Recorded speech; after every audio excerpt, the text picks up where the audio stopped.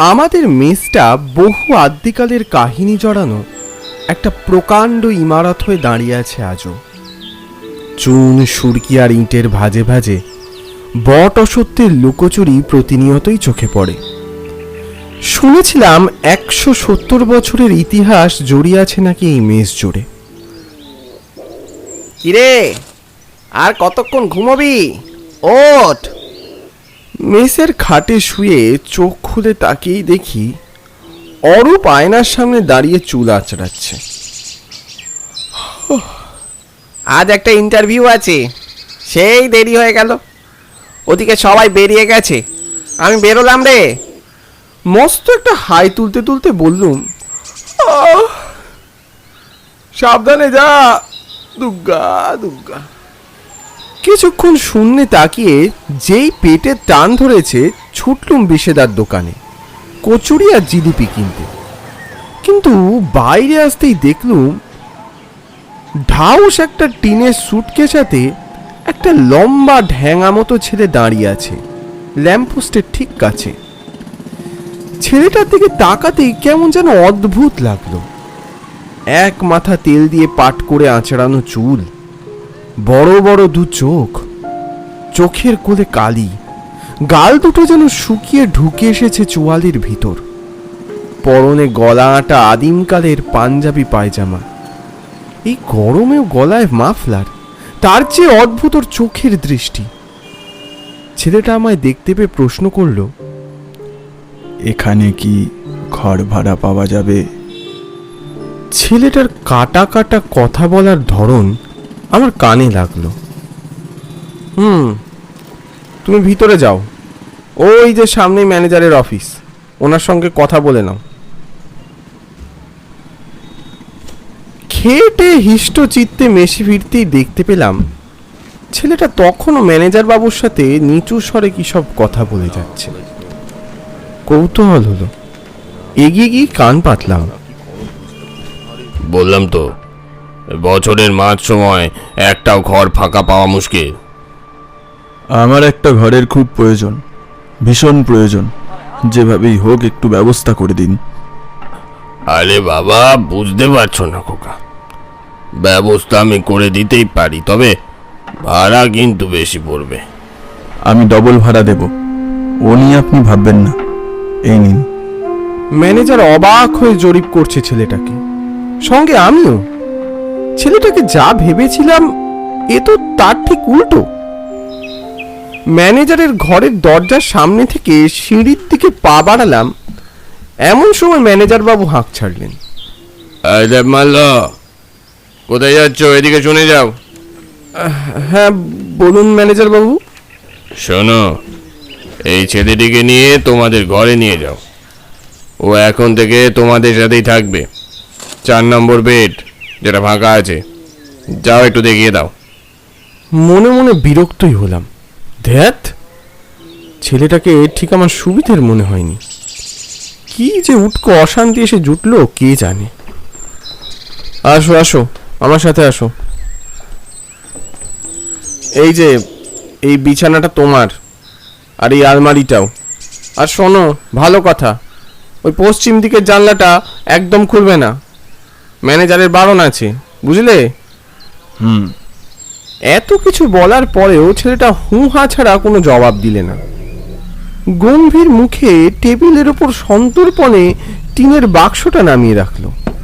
ভাবলাম নতুন, তাই হয়তো কথা বলতে লজ্জা পাচ্ছে। ছেলেটা আমার দিকে একটা বিরক্ত দৃষ্টি নিয়ে তাকালো, তারপর বিছানায় লম্বা হয়ে শুয়ে পড়ল। আশ্চর্য, আজব ছেলে তো। আমারই আগ বাড়িয়ে কথা বলাটা হয়তো ভুল হয়েছে। কথা না বাড়িয়ে আমার টেবিলে পড়তে চলে গেলাম। খানিক বাদেই চোখটা জুড়িয়ে এসছিল। এমন সময় একটা ঠান্ডা হাতের স্পর্শে মুখটা যেন কেঁপে উঠল। বরফের কুচির মতো ঠান্ডা হাতের স্পর্শ, এ কোনো মানুষের হতেই পারে না। মনে হলো ছেলেটা আমায় ফ্যাস ফ্যাসে স্বরে বলছে, একটু জল খাওয়ানো যাবে? ভয় আমার চোয়াল শক্ত হয়ে গেল।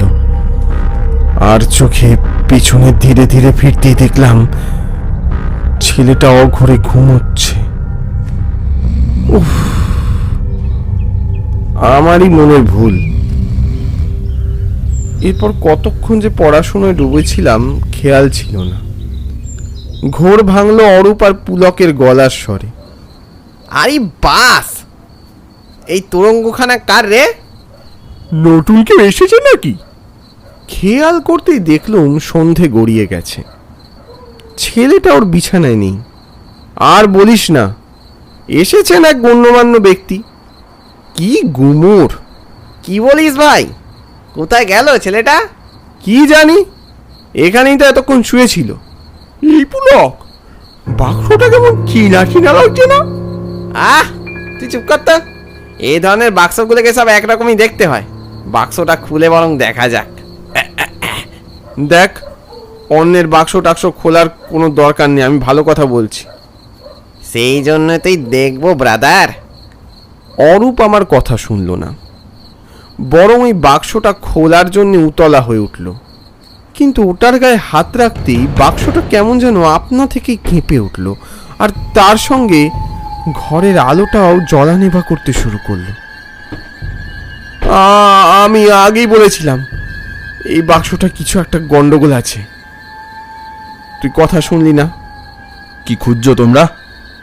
আমরা অবাক হয়ে দেখলাম ওই ছেলেটা দরজার সামনে দাঁড়িয়ে আমাদের দিকে কেমন যেন একটা অদ্ভুত দৃষ্টি নিয়ে তাকিয়ে আছে। আমরা সবাই এতটাই অবাক হয়ে গিয়েছিলাম, আর কেউ কথা বাড়ানোর সাহস পেলাম না। রাতে সবাই খেয়ে যে যার মতো ঘুমিয়ে পড়লাম। মাঝরাতে ঘুমটা ভাঙলো একটা অদ্ভুত শব্দে, অনেকটা দরজা ধাক্কানোর শব্দের মতো। আমি উঠে দেখি সবাই অঘরে ঘুমোচ্ছে। ঠাউর হলো কারোর কানে শব্দটা পৌঁছচ্ছে না, নাকি আমি ভুল শুনছি। ওই পশ্চিমের জানলার দিক থেকেই আসছে। ওদিকে জানলাটা ম্যানেজার খুলতে বারণ করেছিল বারবার। একবার গিয়ে দেখলে কেমন হয়? আমি এগিয়ে গেলাম বন্ধ জানালাটার দিকে। জানালার কাছে আসতেই শব্দটা থেমে গেল যেন। আমি হাত দিয়ে ঠেলে পাল্লা দুটো খোলার প্রাণপণ চেষ্টা করলাম, ঠিক তখনই আপনা থেকে ক্যাচ করে খুলে গেল জানলাটা। বিশাল বড় জানালার গরাদগুলো কেমন যেন ভেঙে বেঁকে গেছে। গরাদের ফাঁকে ঝুল আর মাকড়সার জাল জমেছে। জানলা দিয়ে ভ্যাবসা পচা গন্ধ এসে লাগলো আমার নাকে। ওপাশে খালের ধারে বুনো ঝোপের জঙ্গল। অন্ধকারে চোখ শুয়ে আসতেই দেখতে পেলাম শুকিয়ে যাওয়া বেলগাছের তলায় সেই টিনের বাক্সটা পড়ে আছে। এটা তো ছেলেটার ওই টিনের বাক্সটা। ওভাবে ঝোপের মধ্যে পড়ে আছে কেন? আর ওই বাক্সের ভিতর থেকে শব্দটা আসছে মনে হলো। আমি ছেলেটাকে জাগানোর চেষ্টা করলাম। এই এই যে, তোমার ওই বাক্সটা ওখানে পড়ে আছে, ওঠো, শুনতে পাচ্ছ? ওঠো। বাধ্য হয়ে আমি গরাদবিহীন জানালার ফাঁক গলে চলে গেলাম বাইরে। ঝোপের মধ্যে পড়ে আছে ওই বাক্সটা। আমি বাক্সটা টেনে তোলার চেষ্টা করলাম। উফ, কি ভারী! কি আছে এই বাক্সের মধ্যে? নিচু হয়ে বাক্সের ঢাকনা খুলতে একটা হিমশীতল দমকা হাওয়া বেরিয়ে আমার সারা শরীর জমিয়ে দিল। বাক্সের ভিতরে তাকাতেই আমার হাড় হিম হয়ে গেল। ভিতরে ভয়ঙ্কর একটা কঙ্কাল। আমি বাক্সের ডালা বন্ধ করার আগেই মনে হলো ওটা দু চোখ খুলে তাকালো। আমি আর এক পাও নড়তে পারলাম না। চিৎকার করতে গিয়ে বুঝতে পারলাম আমার গলা দিয়ে একটা শব্দও বের হচ্ছে না। দম বন্ধ হয়ে আসছে আমার।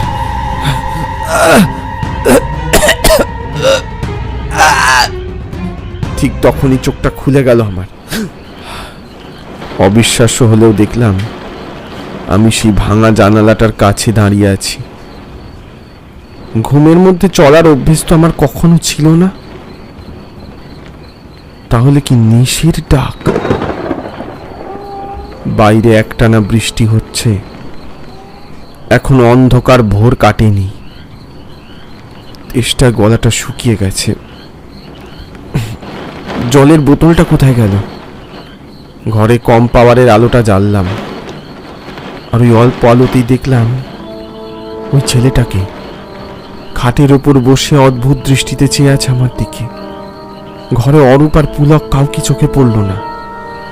ভয়টা যেন আরো ঘাড়ে চেপে বসল। এ কি, তুমি তুমি কখন উঠলে? ওরা কোথায় গেল? আমি তো গতকাল ধরেই জেগে আছি, তোরাই দেখতে পাস না তাই। এই এই এসব কি আবল তাবল কথা বলছো? বুঝতে পারছিস না? আমার দিকে তাকিয়ে দেখ, ভালো করে দেখ, আমার কথা শোন, শোন আমার কথা। ওর গলার স্বর ভালো করে শুনতেই আমার আত্মারাম খাঁচা ছাড়া হয়ে গেল। এ তো শশীনাথের গলা। ও আমার কাঁধে ওর বাঁ হাতটা রাখলো, সেই ঠান্ডা বরফের কুচির মতো হাত, আর সেই ক্ষুধার্ত নিশাচরের মতো দৃষ্টি। ঠিকই ধরেছিস, আমি শশীনাথ।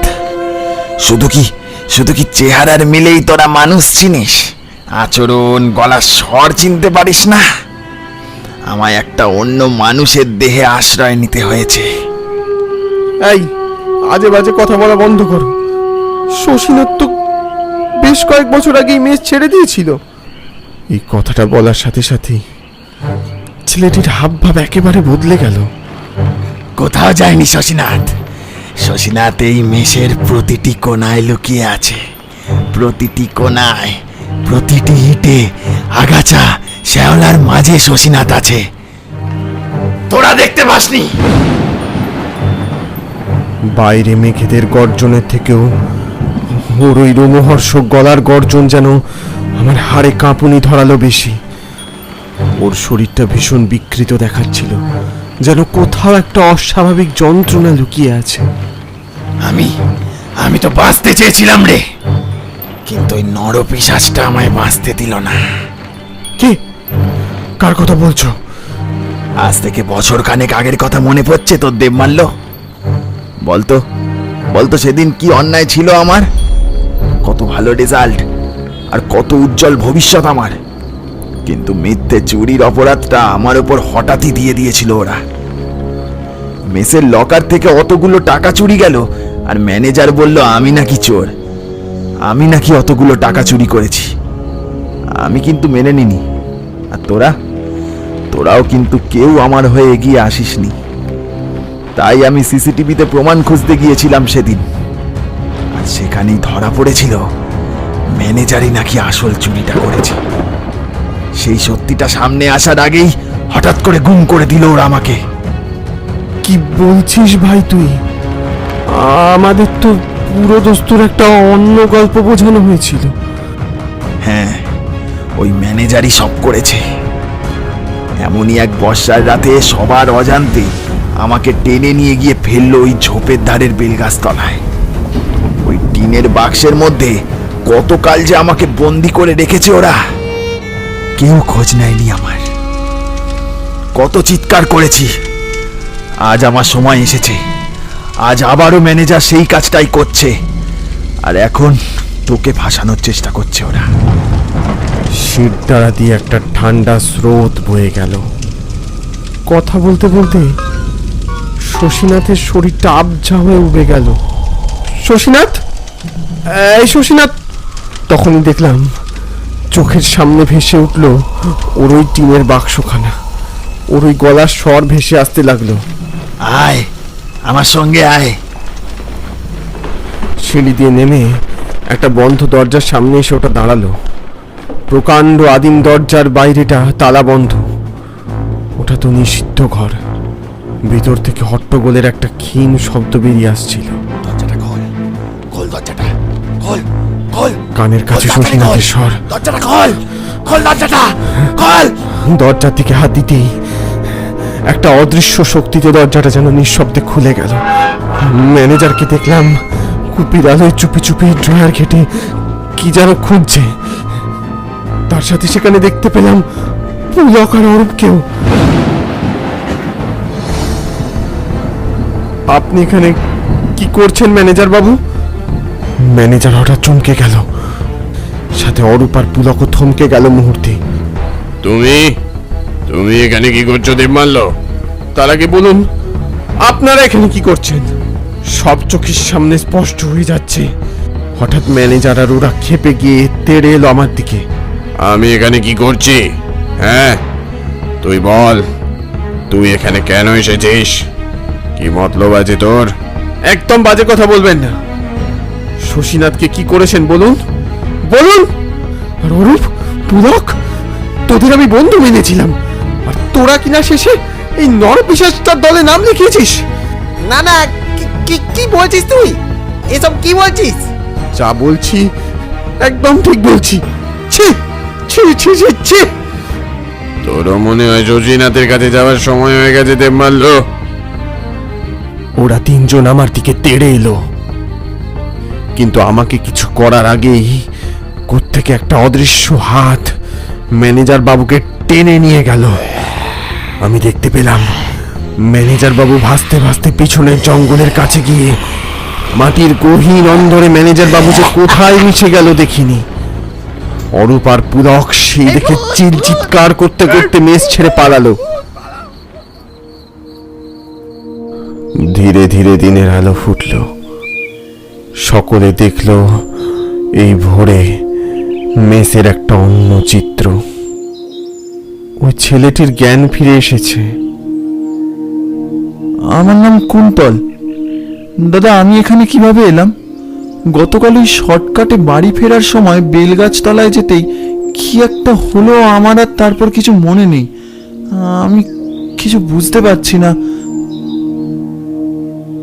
ম্যানেজার বাবু তার কুকীর্তির সাজা পেয়েছে, আর আমার কাছে বন্ধুত্বের সংজ্ঞাটা আজীবনের জন্য বদলে গেছে। বন্ধুত্বের বিশ্বাস ভেঙে ওরা কি সত্যি পারল জীবনে জিতে যেতে? কে জানে।